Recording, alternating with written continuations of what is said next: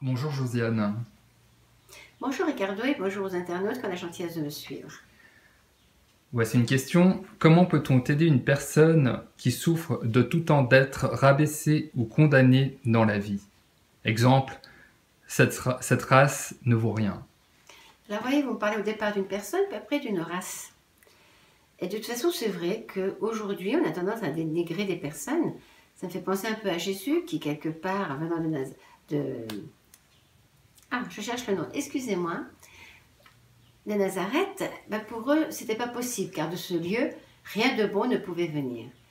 Et bien un jour, vous réaliserez que c'est votre a priori, et qu'on n'a pas le droit de laisser des gens souffrir parce qu'on leur a mis des étiquettes.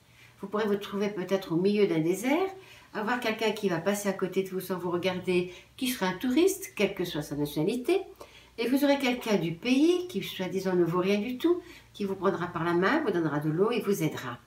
Il faut arrêter de mettre des costumes aux personnes. En toute race, il y a du bon et du mauvais.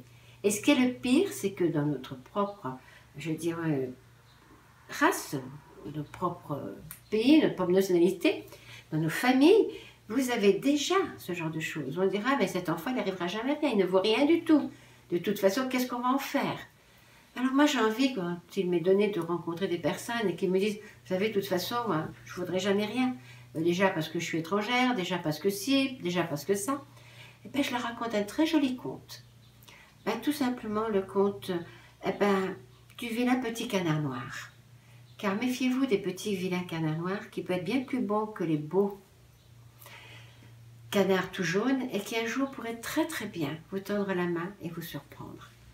On n'a pas à dénigrer aucune race et aucune personne en disant qu'elle ne vaut rien.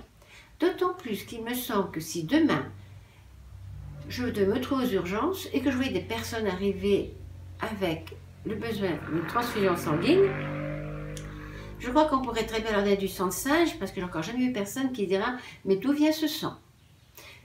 Et il accepterait même du sang de singe pour pouvoir continuer à vivre. La seule différence, peut-être qu'après on le verrait grimper aux arbres. C'est tout.